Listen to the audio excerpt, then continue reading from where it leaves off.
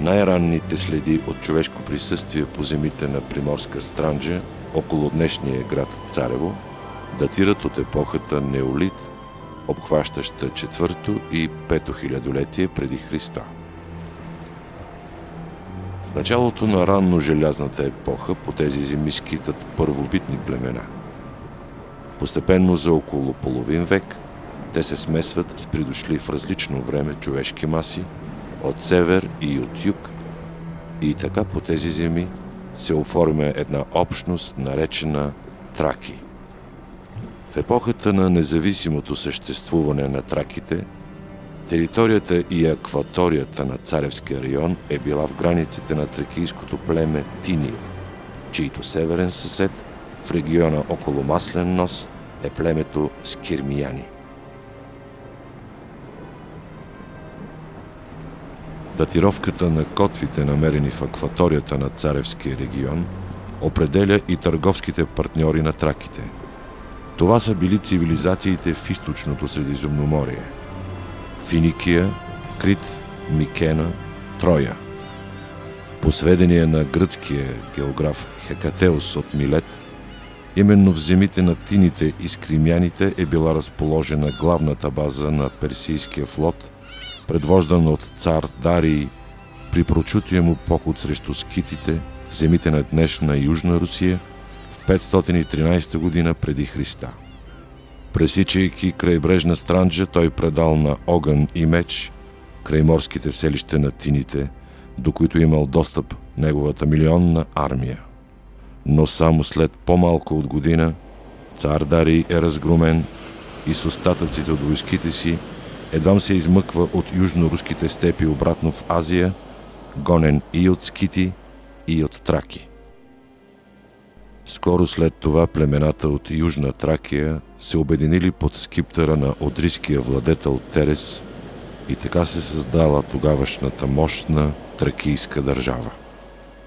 Във втората половина на 4 век преди Христа суверен на района става македонският цар Филип, а след това неговият син Александър, наречен по-късно Велики. През лятото на 72 година преди Христа попрашните коловози на крайморския път глухо отекват от мерените стъпки на римските легиони. Това било краят на независимостта на траките. Релефът на тракийски конник от римската епоха, открит в днешен Ахтопол, показва, че траките остават основното население на Царевския край и през епохата на римското господство. 5 века по-късно по тези земи нахлули нови племена, едното от които се наричало българи, и начело с неговия велик хан Аспарух създало нова държава – България. Това станало през годината 681. В 705 година, според известие на летописеца Георги Монах, заради помощта, която българската войска начело с хан Тервел оказала на Юстиниан II при възстановяването му на Константинополския трон, на България е била отстъпена областта Загора. Тогава главното било на Странджа става граница между България и Византия. 50 години по-късно започват многобройни византийски военни походи срещу България. Агресията на Ромейската империя е прекратена след унищожителното поражение, което хан Кардам успява да нанесе при Маркели в 792 година. Но резултатът от мирния договор е оставил цяла Загора, съответно и Приморска Странджа, в границите на Византия. Приморска Странджа попада в пределите на българската държава изцяло едва при Симеон Велики след битката при Ахилой през 917 година.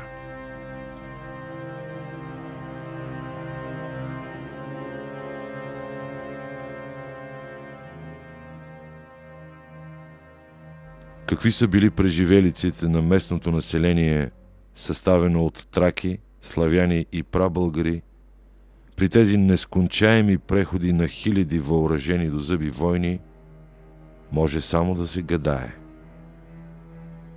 Със сигурност обаче населението е търсило спокойствие в пазвите на Странджа, в подходящи закътани и трудно достъпни места. Това са селата Кости, Българи, Бродилово и други останали и до днес.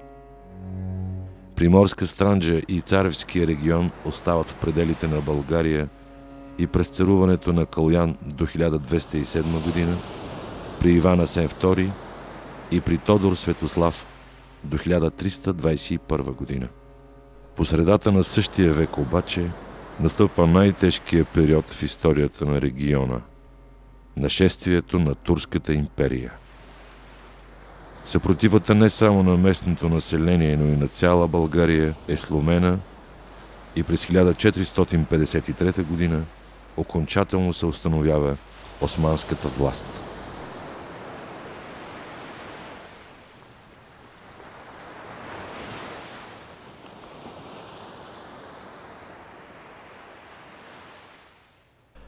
Създаването на днешния град Царево е започнало някъде в средновековието, като на днешното му място се е намирало селище с името Василико. Като пристанище Василико се появява на географските карти от 15 век. Османските документи от първите векове на робството потвърждават голямото значение на доставените от Царевския край овце, агнета и кози за изхранването на Цариград и Османската империя. Дърводобивът е бил не по-малко развит отрасъл на стопанството. Огромните количества дървен материал, греди, талпи, въглища са добивани в горите край Царево, а също така материал за строеж на кораби и лодки.